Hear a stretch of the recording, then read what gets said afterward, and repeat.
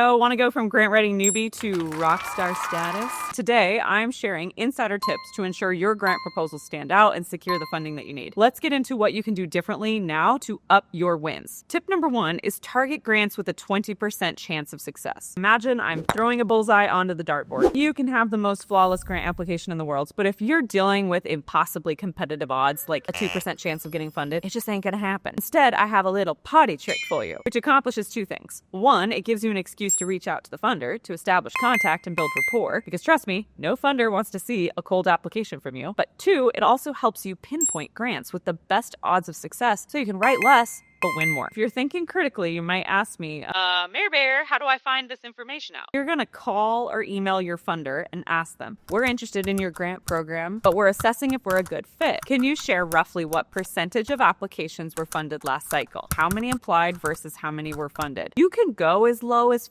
15%, but recognize that lower the percentage, the less likely you are to be successful, and you could be pouring that precious energy elsewhere. So I like to target personally grants with a 20% or more likelihood of success. Tip number 2, develop a focused grant strategy. Most nonprofits have this spray and pray method, hoping something on the wall will stick. Don't do this. Not only is this a huge waste of time, it's damaging to your reputation with funders, and they might not want to give you a second look in the future because of it. Instead, I recommend you learn my funding strategy methodology, which works for everything from complex city infrastructure projects to animal shelters. I'll link up below my easy peasy finding grants guide below to help you get trained on this method. This really is the secret sauce behind how you apply for less grants but win more when you know exactly what to pursue over the next 12 to 18 months. It's a living document, even in these tumultuous times. Tip number 3 is outline your narrative before you start writing. Most untrained grant writers just start writing applications top to bottom. They run out of time, so then they rush the latter parts of the application. And guess what? That's actually where the meat of your proposal is, and it's typically worth the most points. But not you, because before you dive into writing, you're going to outline your proposal in what I call a narrative skeleton. Now, with AI, you can draft a narrative skeleton in minutes, including complex federal grant applications that have over 100 pages in their guidelines. The essence is this. I want you to capture each section of the narrative, and you're going to start bulleting how you might want to respond to that section. It's a brainstorm, it's a dump. And if the scoring criteria is also available, be sure to include that in each section. And if you want to learn how to use AI to do this for you, be sure to check out my sexy new AI Besties grant writing course, which will take you from casually dabbling in AI to pro in 30 days. Tip number 4 is be concise and answer in 15 words or less. I'm a super active coach in our flagship program, the Grant Writing Collective, so I see a lot of grant narratives. And the number one mistake I see folks make is they're not being really clear and directly answering the question. I know this sounds silly, but if the funder asks, how does this project align with your organization's overall mission and goals? Then you better bet your bottom dollar that your first sentence needs to read, our project aligns with your organization's overall missions and goals by fill in the blank. Really, really straightforward response to the question. Or let's say the funder asks, what does sustainability mean to your organization, and how do you plan to maintain financial sustainability? Sometimes they smash like a bunch of questions in one. I would reply with, sustainability to our nonprofit means fill in the blank. And then quite clearly and obviously, sometimes I'll use like bold and italics or all caps in the next paragraph. I'll say, our plan to maintain financial sustainability is fill in the blank. The bonus tip in here is to keep your sentences to 15 words or less. People skim. Make it effortless. Make it easy for them to understand what you're saying. Long 45-word sentences does not make you sound smart. Tip number 5 is an independent quality control. Most grant writers work alone, which makes it hard to know if you're doing great work or if what you're saying is clear. And the worst case scenario is making a really silly mistake, like leaving out one small attachment that causes your entire proposal to get tossed. To mitigate this, ask someone to review your proposal with a fresh set of eyes. In-house nonprofit grant writers, a word of caution. If you give this to the wrong person in your organization, it might come back all marked up, rewritten, and totally over word count. And then how do you handle that, especially when it was your boss? If you know, you know, right? I encourage you to work with someone completely external to the organization or that you can trust to not